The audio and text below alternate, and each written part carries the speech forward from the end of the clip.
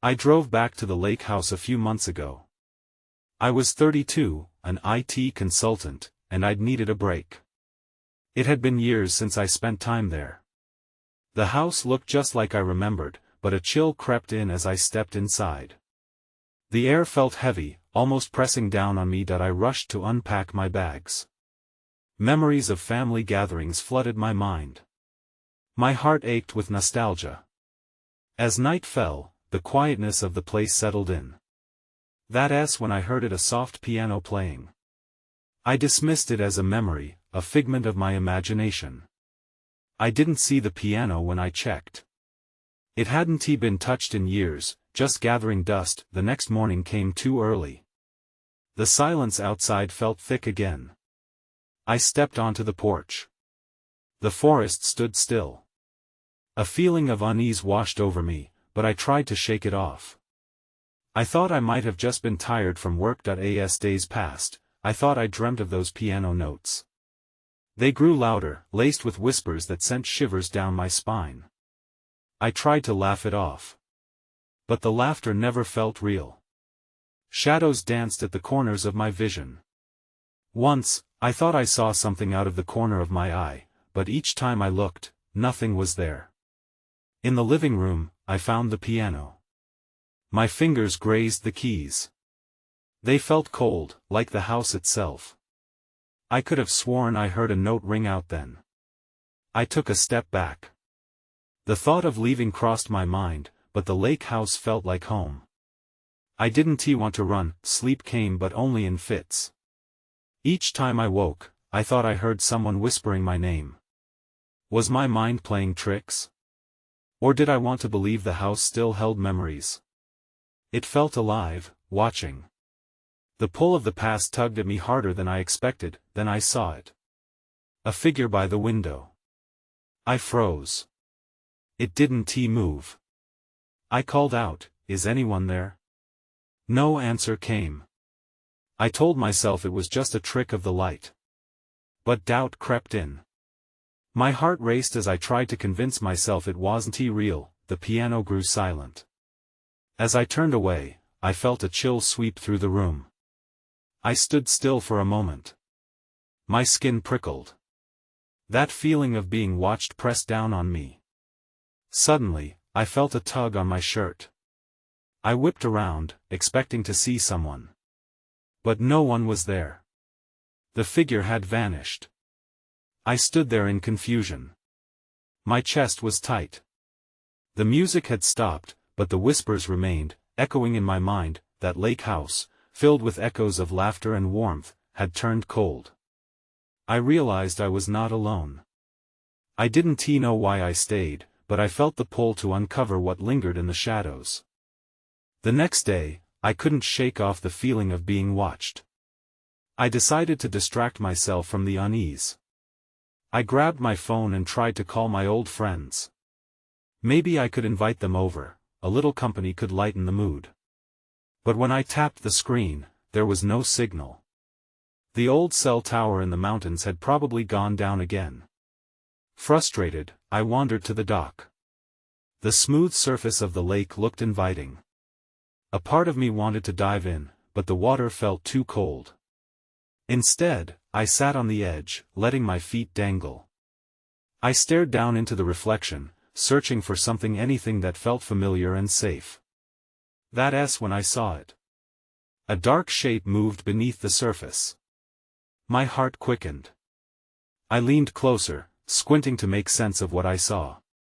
It was gone in an instant, swallowed by the depths. I stood up, shaken.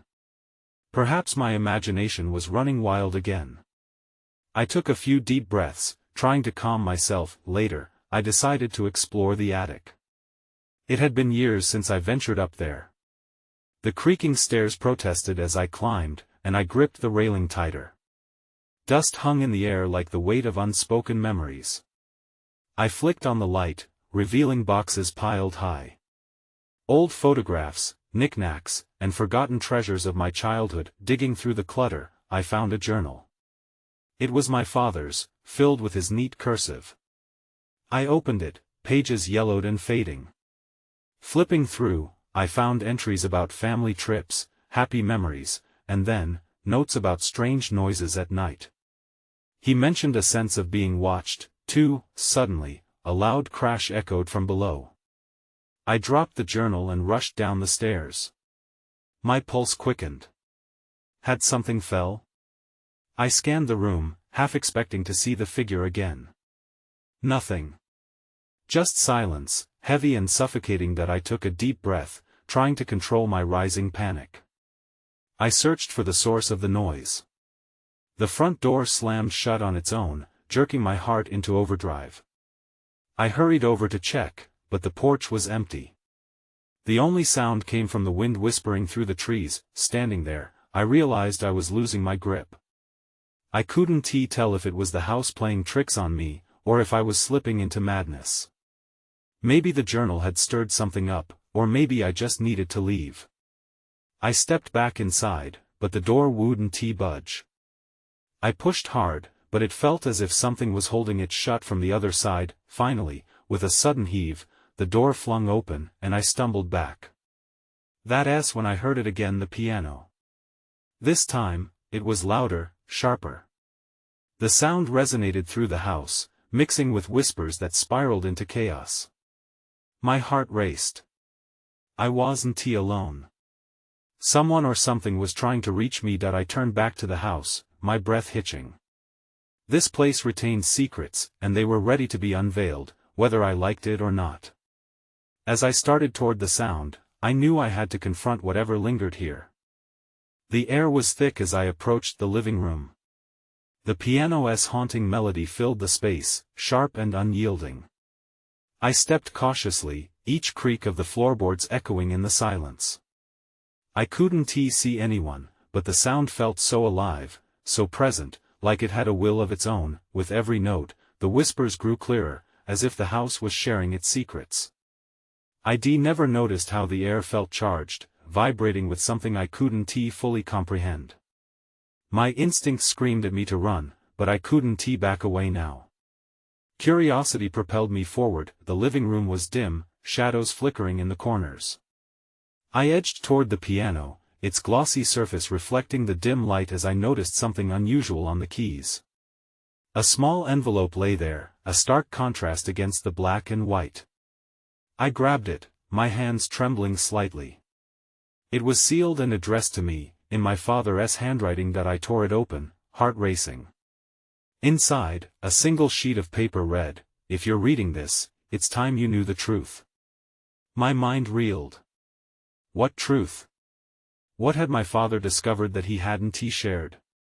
I glanced around, almost expecting him to appear and explain. But the music continued, filling the air with a weighty tension, as if it were becoming more urgent. I looked back at the piano. The keys moved, a melody resuming as if played by unseen hands. Chills raced down my spine. I had to know what my father meant. I grabbed my phone, half hoping against hope for a signal. Nothing. The screen flickered but remained steadfast in its silence. I was trapped in this haunted moment, cut off from the world outside. Reeling, I returned to the envelope, searching for another clue. My fingers brushed the paper, feeling for any hidden marks. Suddenly, the piano stopped abruptly. The silence that followed was deafening. I felt a presence, a chill creeping in around me. I spun around, and that's when I saw it. A shadow moved in the corner of the room, just out of sight. My breath hitched, and I blinked. Was it my imagination? Then, just as quickly, it was gone. I squeezed my eyes shut, willing myself to think rationally. It could be the stress, my father's journal, the isolation. I had to steady myself. I took a deep breath and stepped forward, each heartbeat echoing in my ears. Before I could think twice, I called out, "What do you want?" The room remained quiet, as if it were holding its breath too. I waited, but there was nothing.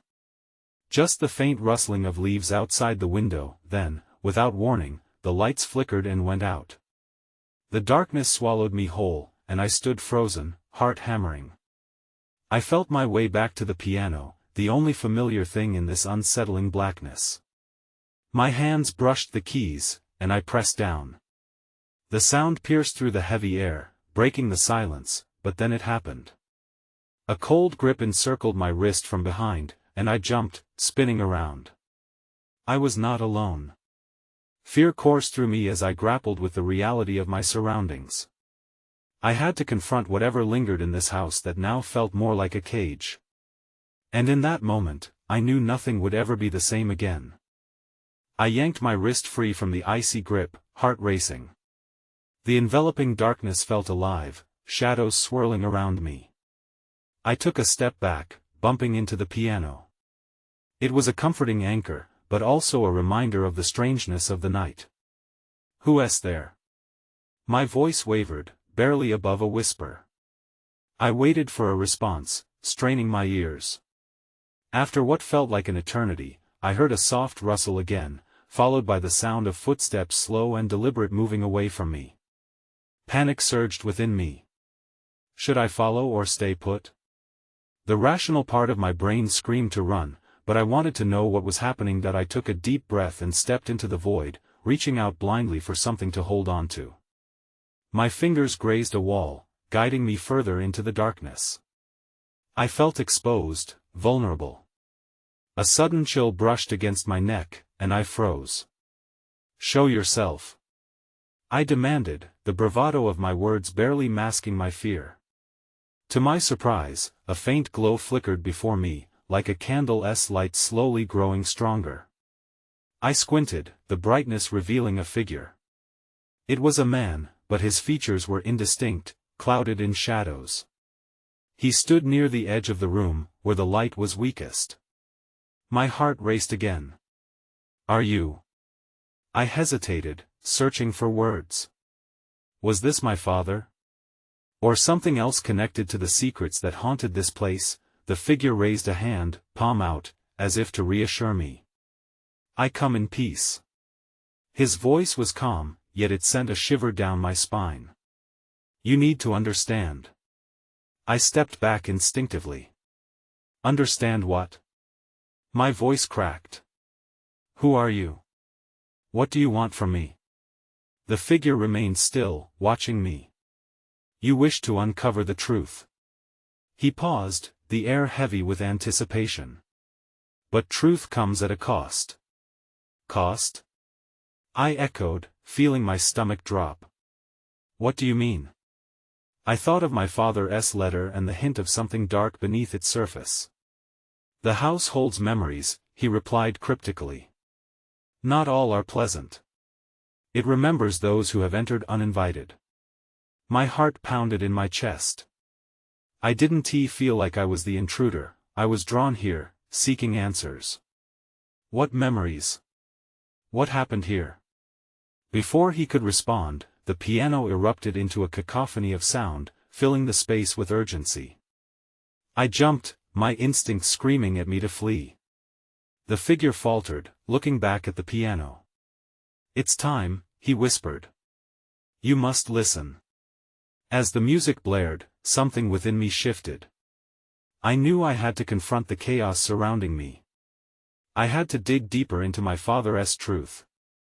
In that moment, I sensed movement in the shadows again, stronger, more deliberate. Someone or something was coming. I turned back to face the figure. "What do I do?" I asked, desperation creeping into my voice.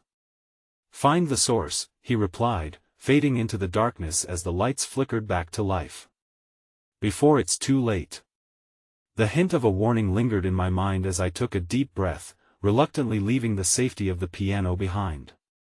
It was time to face whatever waited in the depths of the house. I had no choice but to find the truth, even if it meant uncovering secrets better left buried. I moved cautiously through the dimly lit room, the piano music still echoing in my ears. Each note felt like a pulse, drawing me toward the source of the chaos. I glanced around, the shadows stretching out like fingers ready to grasp me. Whatever I was about to confront, I could feel it growing closer. I took a deep breath and followed the sound, edging past old furniture and dust-covered trinkets. The air was thick, and every creak of the floorboards made my heart race. The glow from the figure had disappeared, leaving me alone to face my fears. Suddenly, I came upon a doorway partially cloaked in shadow. I hesitated. Should I really go in? But the music seemed to be calling me, urging me to uncover whatever lay beyond. I took another step forward and pushed the door open. It led to a narrow hallway lined with faded photographs. Each image captured moments of laughter, family gatherings, and memories now frozen in time. My eyes were drawn to one photo in particular, a family portrait taken long ago. In the center stood my father, smiling widely.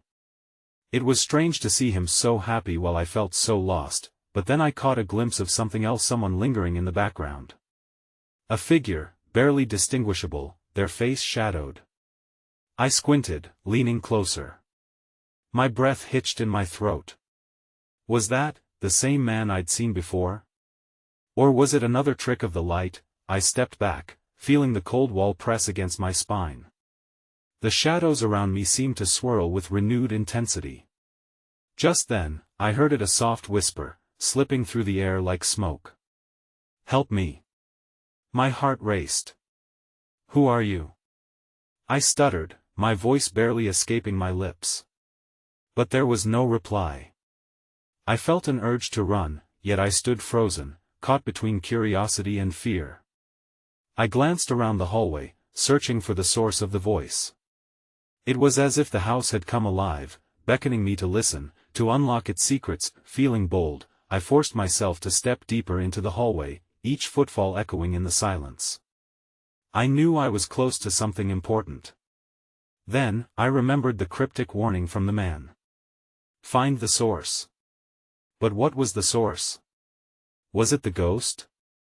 Or something else entirely? As I reached the end of the hallway, I found a small door, slightly ajar. It creaked ominously as I pushed it open further. Inside was a dusty attic, cluttered with boxes and old furniture covered in sheets. The air turned stale, and a sense of dread washed over me. Then, without warning, the door slammed shut behind me. My heart dropped. I was trapped. Panic ignited inside me, but I had to remain calm. I turned to look at my surroundings, my eyes scanning rapidly. That's when I saw it, a glimmer in the dim light. Something metallic caught my attention, nestled among the clutter. Curiosity piqued, I pushed aside a pile of boxes and reached for it. My fingers closed around a small key, its surface cool and oddly familiar. I didn't know what it opened, but my instincts told me it was significant. Before I could think further, the music started again, louder this time, vibrating through the walls and shaking me to my core. The whispers grew more frantic, pleading for help. "You must leave," one voice resounded distinctly. "Before they come." Suddenly, the attic felt less like a hiding place and more like a trap waiting to ensnare me.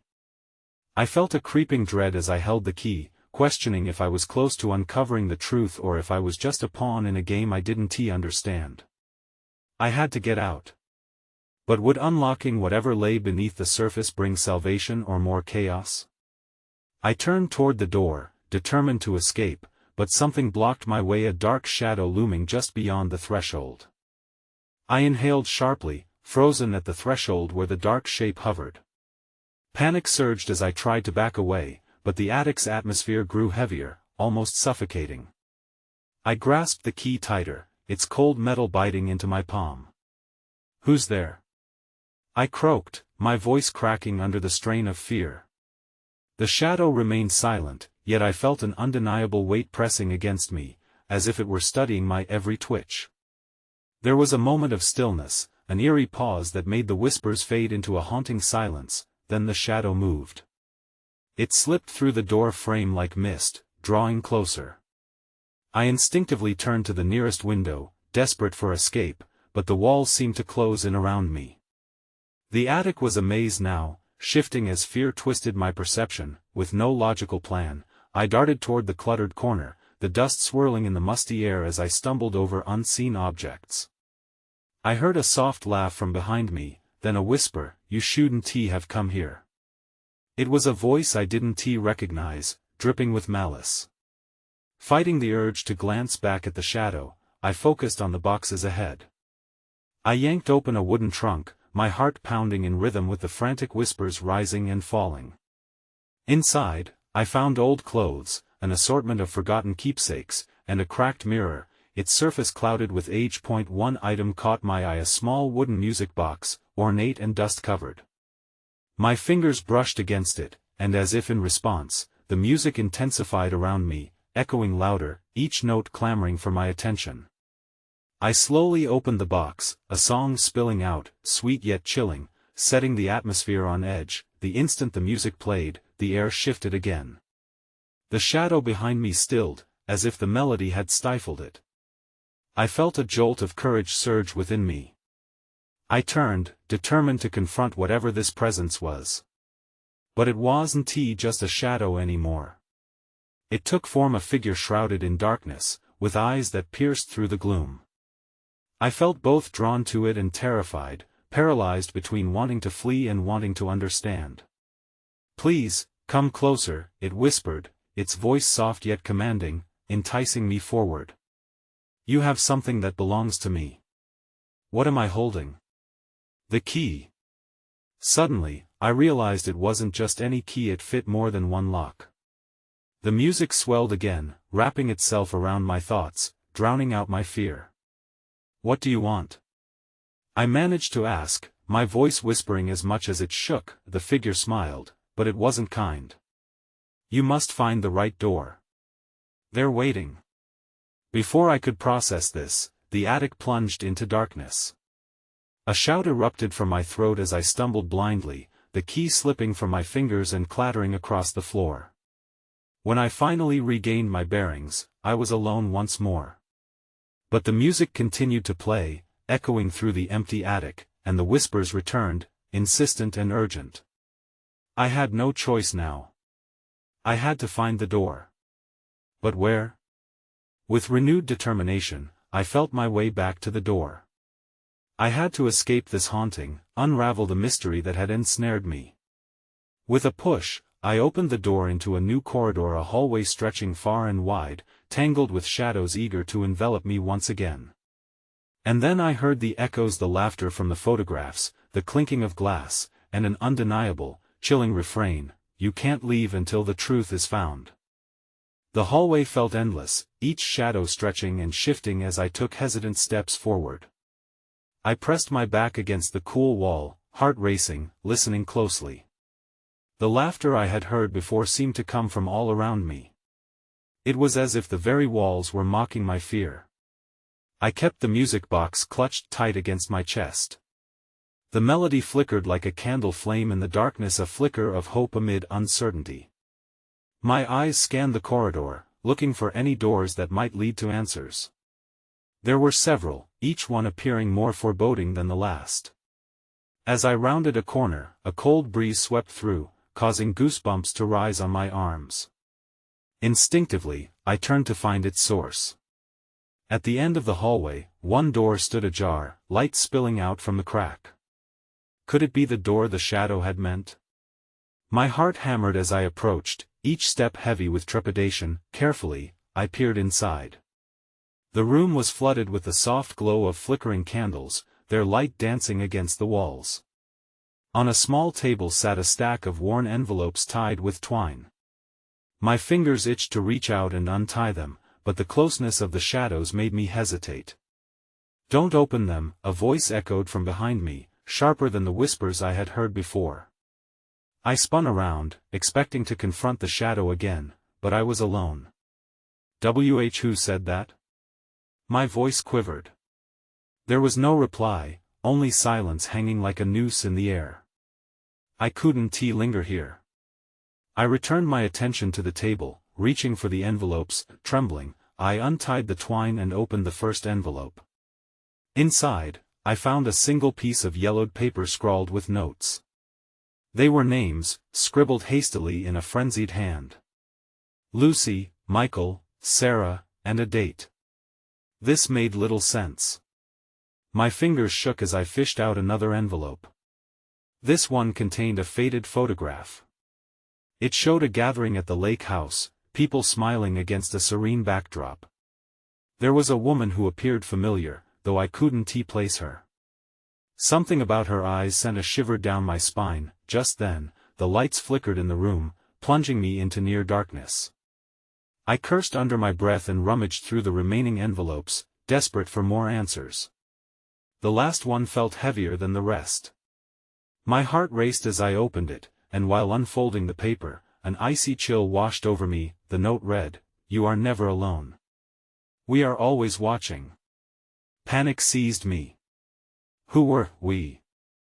The shadow? The laughter? Then I noticed something shimmering on the ground beneath the table.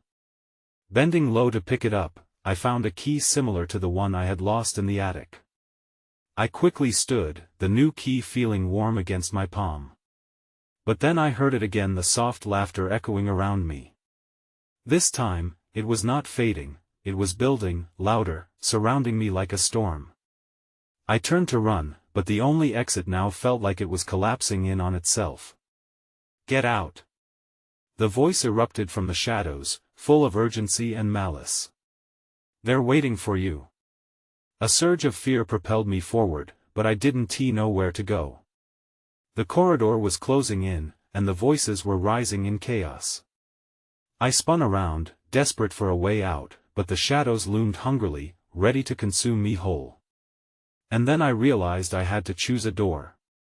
With no time to deliberate, I rushed towards the closest one, the one at the end of the hallway that seemed to draw me in, filled with a pull I couldn't resist. That's when I heard a voice whisper, chilling enough to freeze my blood. "You shouldn't have come back." I shoved the door open and stumbled inside, breathless and wild with fear. The room was bright, too bright. It seemed to pulse with an intensity that made my skin crawl. I was in a small bedroom, cluttered with old furniture and faded wallpaper peeling at the edges. In the corner, a wooden rocking chair swayed back and forth on its own, the rhythm steady and soothing, but it felt wrong. I took a hesitant step forward, pulled by the mysterious energy in the room.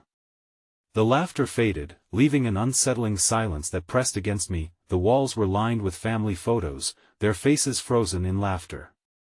The same familiar woman from the photo ID found earlier was in several of them. A knot twisted in my stomach as I studied her eyes. They were filled with a depth of sorrow that contradicted the smiles around her. My heart raced as a realization crept over me. "Who are you?" I asked aloud, uncertain if I was hoping for an answer. The room remained silent, but the laughter began to echo faintly again, distant but insistent. I moved to the nearest window and looked out, expecting to see the lake glimmering in the distance, but the view was obscured by thick, swirling fog. What lay beyond was a mystery I wasn't sure I wanted to face. Glancing back to the rocking chair, I noticed a small trinket on the floor next to it, a silver locket, half hidden beneath the dust. I knelt to pick it up, the cold metal sending a jolt up my arm. I fumbled with the clasp until it finally opened, revealing two small photographs inside. One was of the woman, young and vibrant, smiling wide.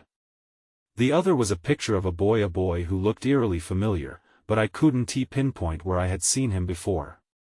My fingers brushed against the locket, and a warmth spread through me momentarily, almost comforting that I was snapped back to reality by a crashing noise from somewhere deeper in the house. I shot to my feet, instinct screaming at me to get out. The shadows outside the doorway seemed to stretch towards me like tendrils. Suddenly, the voice returned, piercing through the air. "It's not safe." I turned to leave, but the hallway beyond was now a swirling mass of darkness, as if the shadows had taken shape and were blocking my escape. Panic fueled my movements, and I darted to the door at the far end of the room. As I tried the handle, it wouldn't budge.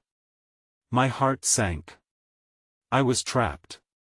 That's when my eye caught movement in the mirror on the wall. It wasn't my reflection staring back. It was the boy from the locket, his expression sorrowful, as if he wanted to tell me something. Before I could process what I was seeing, the door behind me suddenly creaked open. I felt a rush of cold air sweep in, filling my lungs with dread. Someone, or something, was definitely in the house. That I took a deep breath, the sound of laughter now growing louder, echoing within these walls. Whatever waited for me in the shadows, I knew I had to find out. This mystery had taken hold of me, and I was no longer sure I could walk away. With no clear choice left, I stepped back into the hallway, ready to face whatever lay in the darkness. I took a cautious step into the hallway. The darkness felt thick, wrapping around me like a cold blanket. I hesitated, listening hard for any sound, but the laughter was gone. Only silence remained, heavy and unnerving. The shadows shifted as I moved forward. They seemed alive, slithering along the walls. My pulse quickened. I wanted to scream, to run back to the safety of the bedroom, but something, curiosity or fear, pulled me deeper. I turned left into another room. This one was larger, filled with dusty furniture draped in white sheets. It looked like a place frozen in time. My eyes darted around, searching for any sign of the boy from the locket. I felt as if his presence lingered, just out of reach. It was then that I saw it, a small table in the center of the room, with an old wooden box resting on it. My heartbeat thundered in my ears as I approached. The box looked strangely out of place in the clutter, polished and unmarked. I touched its surface, feeling warmth radiate from it. I hesitated, the memory of the boy flashing through my mind. This could be another clue. I lifted the lid slowly. Inside lay a stack of yellowed letters, tied together with a frayed ribbon. I pulled the top letter free, a sense of urgency washing over me. As I unfolded the paper, a chilling realization hit me. The letters were addressed to the same woman from the photographs. They described her pain, her loss, and unexplainable events occurring at the house. The last letter, scrawled hurriedly, warned, "Do not let him come back. He will find you." A chill ran down my spine as I read those words. Who were they referring to? The letters were dated over 20 years ago. Suddenly, a loud crash echoed through the house, shaking the walls around me. My heart raced. I dropped the letter, fear gripping me tightly. I could hear footsteps now, dragging through the darkness, drawing closer with each heartbeat. I turned back toward the hallway. This time, the shadows felt denser, more threatening. I backed away slowly, every instinct screaming at me to flee. The voice had warned me, but now the laughter rose again, twisting through the air like a taunt. When I noticed something shimmer in the corner of the room, a distorted reflection in the dust-covered mirror. I stepped closer, bracing myself for what I might see. My breath caught as the boy materialized again, his eyes wide and desperate. "What do you want?" I whispered. I felt foolish, talking to a reflection. But his mouth moved, forming words that couldn't reach my ears. Panic surged again. I turned and ran, sprinting back into the hallway. I had to escape. But as I reached the stairs, I froze. The boy was no longer in the mirror. Instead, I saw the dark shape of something else, something watching me just outside the doorway. It was time to decide, run or confront what lurked in the shadows. I knew one thing for certain, the house was alive with secrets, and I was about to unearth them. With a final glance over my shoulder, I steeled myself and stepped forward into the abyss. I dashed down the hallway, my heart thudding against my ribs, every instinct screaming at me to escape. The laughter and whispers blended into a cacophony, echoing off the walls as I sprinted for the front door. But with each step, I could feel the shadows pulling at me, resisting my flight. The dark figure lingered somewhere behind, its presence oppressive and suffocating. When I reached the door, I found it stuck, as if something beyond was holding it firmly shut. Panic surged as I pulled at the handle, the frame rattling in protest. Outside, I could see a sliver of the night sky peeking through the fog, but escape felt tantalizingly out of reach. My fingers fumbled as I struggled, every ounce of strength pouring into my desperate attempts to break free. Then came a voice, clearer than the rest above the din, a calm yet piercing voice that froze me in place. "You can't leave," it whispered, echoing from the depths of the house. "Not until the truth is revealed." My hands faltered, the word striking a primal chord deep within. Before I could process it further, the door finally swung open under my weight, exposing the night outside. I hesitated for just a moment, peeking back into the welcoming gloom of the house. The shadows danced, swirling as if pleading for me to come back. A tremor passed through the floorboards, and the whispers grew into an urgent chorus, clamoring for attention, but I didn't look back. I bolted outside into the cool night air, a rush of freedom flooding my senses. I stumbled down the porch steps, the darkness of the forest wrapping around me. As I reached the edge of the woods, I skidded to a halt, catching my breath and feeling the weight lifting with every step away from the house. The laughter, now a distant echo, chased me, a reminder of what I was escaping. I turned around, glancing back at the silhouette of the lake house silhouetted against the striated moonlight. It stood there, solid and unyielding. Did the figure, the whispers, truly want to share their stories? After all, they were part of my history, my family's history. But what shadowy secrets lay buried in those walls? Had I left behind something unresolved, something that needed to be revealed? I didn't know. Days later, I still felt the weight of the house on my mind, the mystery tangling itself within me.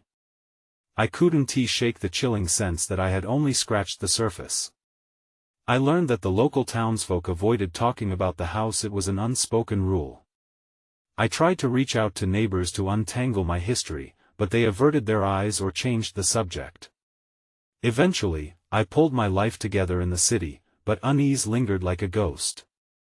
On sleepless nights, I sometimes found myself staring out at the lake, wondering if the shadows had been real or just manifestations of my own fears. And though I promised myself I'd never return, the thought haunted me, twisting itself into my quiet moments. To this day, I don't know if the figure in the shadows was just a trick of light, or if it had been tying me to the weight of emotions locked away in that house. I chose to keep my distance, but the echoes of the past still whisper. Was I the only one to hear them? Maybe I'll never know what truly happened deep within those walls, and perhaps some truths are best left undiscovered. So I chose a new life. But the shadows of the lake house have stained the edges of my memories, a lingering question that I doubt I'll ever escape.